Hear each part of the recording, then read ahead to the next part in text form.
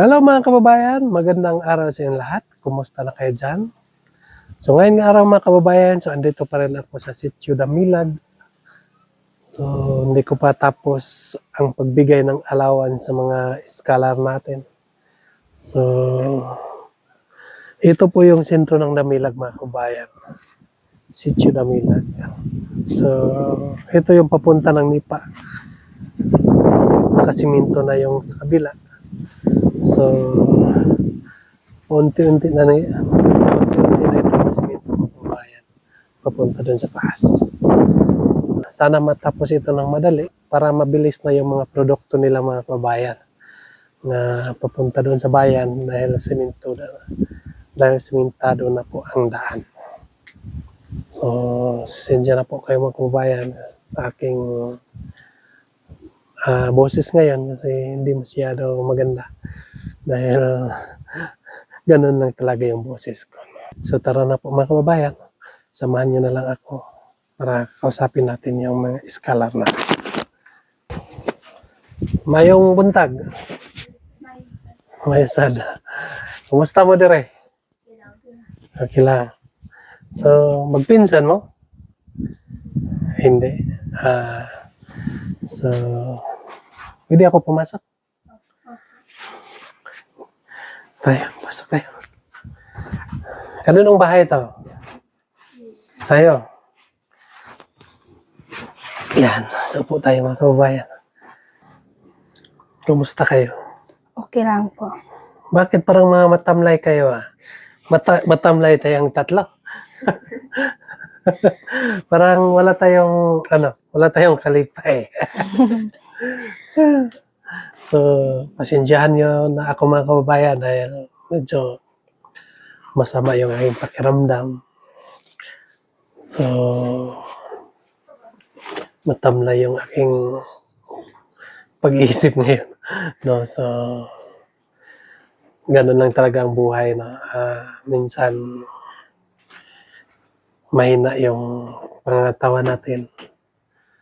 So, dahil siguro sa panahon ngayon, minsan kalit ra mo ulan, kalit ra pud mo init, ana ba? So, hindi natin maano yung sarili natin. Kumusta yung buhay? Okay lang po. Kumusta yung pag-aral nyo? Okay lang po. Nag-aral ba kayo na mayos? Opo. Wow. Mahilig ka sa upo Kailan yung closing nyo? March 27. Malapit na. Ano daw, makapasar na kayo? Opo. Ikaw, Jimlyn, makapasar ka? So, anong grade mo ngayon? Grade 8. So, mag-grade 9 ka na. Opo. Ikaw? Grade So, pareho kayo. So, dyan pa rin kayo mag-grade 9. 8. Opo. Kasi hanggang grade 10 dyan, di ba? So, ang pag-aral nyo, kumusta? Okay lang po. Ganon siguro. Lipat ka dito, dito ka sa kabila. Dito, para maayos yung usapan natin. Ganon. Yan. So, ito si Yoyoy. Dito muna tayo kang Yoyoy mag-focus. Yoy,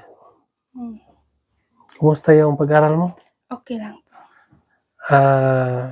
Maayos naman yung ang baon mo. Kumusta yung baon mo? Okay lang naman po. Ayos lang, meron ka pang baon. Naubos na? Opo. Naubos na yung baon mo. So, hindi kasi yung 3,000 ng isang buwan.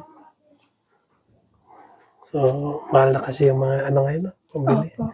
Bigas at saka So, dapat magbili ka ng bigas at pagkatapos mag-ano ka ng pera nga pangbaon mo ng isang buwan. Mag-ano ka na lang, magtabi ka na lang. Opo. Para hindi ka maubusan. Opo. So, naparito ako ngayon para kumustahin ko kayo. Dahil si Sir Paul ay hindi pa makapunta dito. Sobrang busy po sa Sir. Sobrang busy po sa Sir Paul ngayon.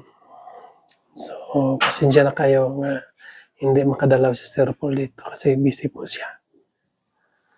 So, ako muna ang inatasan nila nga magbisita dito sa inyo. Opo. Kasi yung ating Pangulo ngayon ay wala pa. Nandoon pa sa kanila ngayon sa PB House.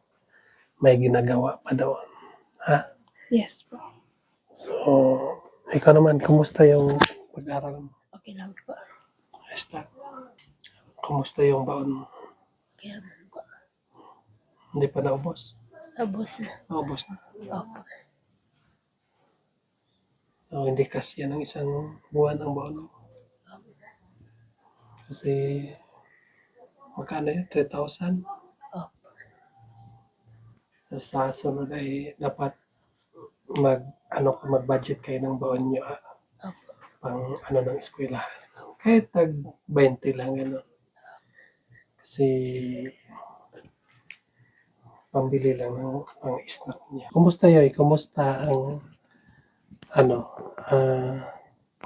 di ba nung nagpunta ko dito nung nakaraan, di ba hindi mo pa yun nakalimutan yung pinag-usapan natin? Hindi po. Ano yun? Tungkol sa aming pag-aaral. Tungkol siya pag-aaral. At yung sinasabi ko sa iyo noon nga hindi na ulitin, ano po yun? Yung pag-vlog po namin. Wow. So, kumusta? Medyo okay naman po. So, hindi na kayo nag-vlog. Hindi na po.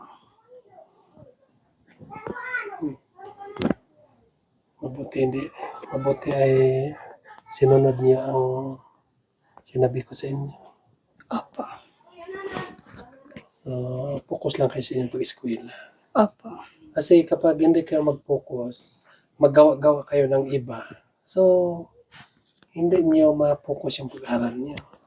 Opo. Tsaka makita kasi yan ng sponsor niyo.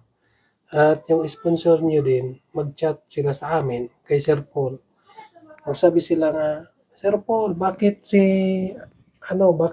Yoyoy ay nag-vlog na, paano siya makapokus sa kanyang pag-aral, nga gano'n na yung ginagawa, gano'n. Diba? Opo. So, si Sir Paul naman po ay mahiya naman po siya sa sponsor. No? So, dapat ay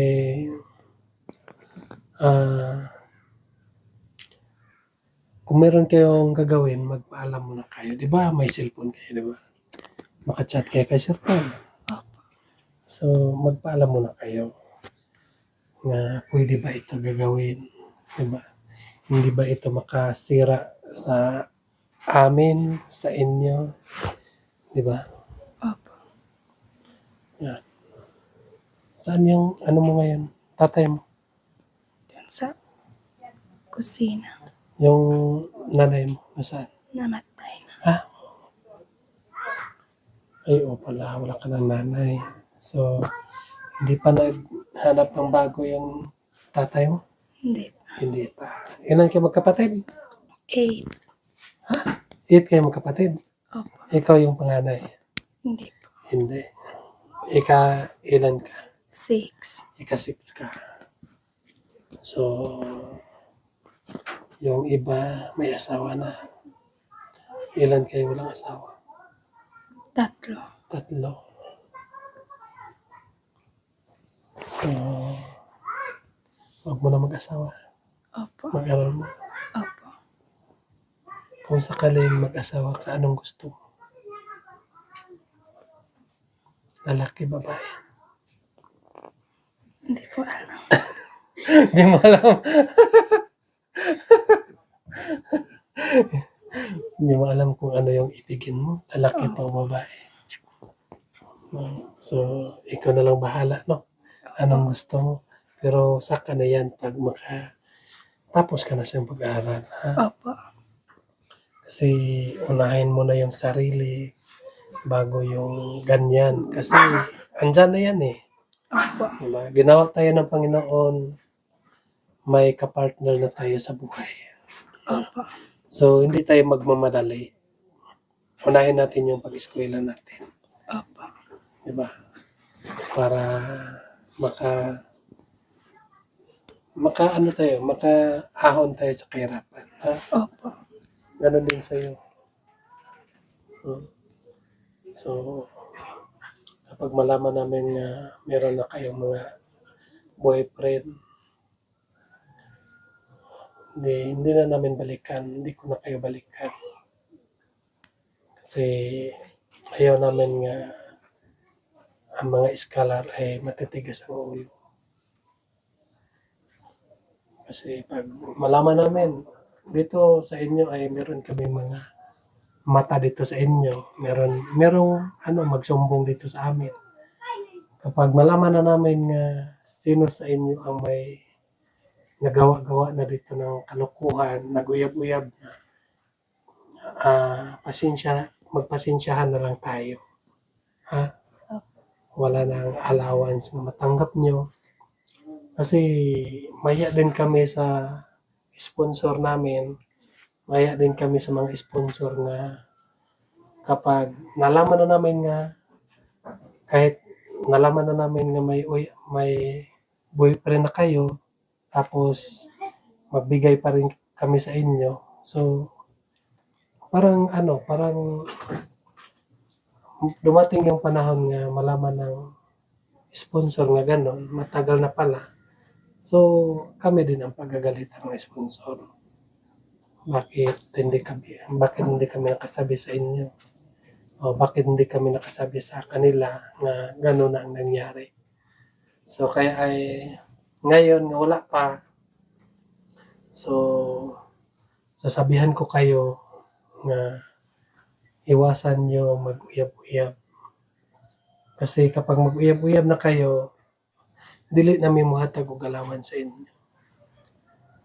Yung allowance nga ibigay namin sa inyo, so sa iba na lang kapag hindi ninyo sundin ang mga payo namin sa inyo. No? So, meron naman po nga magbigay, tapos kayo ay hindi kayo sumunod sa amin. So, dapat sundin nyo yung payo namin. Kasi ang payo namin ay kakabubuti lang ninyo. Maayo lang sa inyong kaugmaon. So, dapat mag-eskwela sa gid mo bago maguyab-uyab. Diba? So ngayon ay ibigay muna natin yung allowance nila mga kababayan. Saka natin ibigay sa papasalamatan lang natin yung ating sponsor. Maraming salamat po kay Tita Alma Johnson. Nagpapadala po siya kay Jimlyn ng 3,000. So, thank you po sa yung pagpadala sa kanya. So, sana huwag mong biguin yung sponsor mo. Ipagpatuloy mo yung pag-aaral mo. Opo. Kasi itong pinapadala sa iyo ay malaking bagay na ito sa atin dito sa bundok. Kasi dito sa bundok kasi wala pang gastusan. So itong 3,000 ay malaking bagay na ito. At huwag mo itong ipamigay sa iba. Kapag may maghingi sa iyo, huwag mong ibigay. Kasi alam ko po mga kababayan nga sa amin kultura, meron pa kasing ganon. So, kaya payuhan kita nga huwag mong ibigay. May manghiram, may manghingi, sabihan mo nga para yan sa iyong pag-aaral. Ha? Opo. Hindi ito binigay ng sponsor para ipahiraman lang. Para ito sa allowance mo sa mga pag-eskwela. So, sana maintindihan mo ako. Baka magsabi ka sa akin nga madamot ako. Hindi ganon. So, unahin natin yung sarili natin bago yung iba. Ha? So, yan.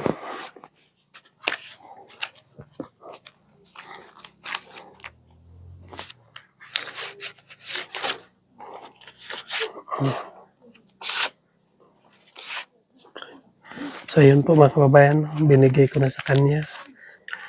So, thank you po kay Tita Elma Johnson sa pag-sponsor niya kay Jimlen. So, malaking tulong na po ito sa kanya. Dahil po ay hirap hanapin yung pira dito sa bundok mga kababayan. No? Kailangan pa nating manghagot ng abaka. Marunong ka ba manghagot? So, grabe na manghagot. Tapos, matagal pa. No? Kapag walang init ay hindi tayo makabenta ng lano. So, malaking tulong na ito, malaking bagay na ito mga kababayan. Itong tulong, malaking bagay na itong tumulong mo sa kanya. So, sana po ay tuloy-tuloy yung biyaya na matatanggap mo para tuloy-tuloy din ang mga pagpapadala mo dito sa mga scholar natin. Ano masabi mo sa ating sponsor? Maraming salamat po, Tita Alma, sa akin na binigay. Maraming salamat po. So, yun. Thank you po. At sana huwag kayong magsawa na mag-suporta para maipagpatuloy po ang kanyang pag-aral. Sana huwag mong biguin ang ating sponsor. Opo. Yung pera nga binibigay sa iyo, hindi yan pinupulot sa tabi-tabi. Yan ay pinapaguran. So gamitin mo yan sa tama. So dito naman po tayo sa sponsor ni Yoyoy. No? Papasalamatan ko lang po ang sponsor mo, si Tita Ninit Palad. Nagpapadala siya ng 1.5. At saka si Tita Lorita Yago. Nagpapadala po siya ng 1.5. Total 3,000. So maraming salamat po sa iyo, Tita. Sa inyong dalawa nga nagpapadala ng allowance ni Yoyoy. Sana po ay laging nandyan kayo sa mabuting pangatawan para tuloy-tuloy po yung mga blessing matanggap nyo para tuloy-tuloy po ang mga padala nyo dito kay Yoyoy. So, ibigay ko muna yung pira. Yan. 1, 2, 3. Anong masabi mo sa sponsor? Maraming salamat po kay Tita Nenet Palad sa nagpapadala po nitong pera dahil at kay Tita Sara Loretta Yago dahil malaking tulong na po ito para sa akin at ito po yung perang binigay niyo ay hindi ko po sasayangin. Gagamitin ko po ito sa tama. Yan lang po. Ayun. So, maraming salamat po sa inyong lahat. No? Sa mga sponsor natin, sponsor ng Pugong Biyahero, thank you po sa inyo, sa inyong pagsalig sa amin. So, sana po ay lagi kayo nandyan para marami pang matulungan ng mga kababayan namin nga katutubo. So, isa ako nga masaya kapag may mga katutubo makatapos na scholar ng Pugong Biyahero. So, yun lang po mga kababayan. No? Magpapaalam na ako sa inyo. Inuulit ko po, maraming salamat po sa inyong lahat na walang sawang nagasubaybay ng aking YouTube. Thank you po kay Sir Paul sa kanyang pagsalig sa ako. No? Ako yung inatasan niya na magbigay ng allowance dito sa Sitio Damilag. So, salamat po sa pagsalig niya at pagtabang niya sa ako. At sa lahat ng walang sawang nagasubaybay ng aking YouTube, thank you po. Maraming salamat po. Dahil po sa inyo ay nagpatuloy pa rin ang aming pag-mission sa kabukiran. So yan lang po mga kababayan. God bless you sa inyo lahat. Mag-ingat kayo dyan palagi. Bye-bye.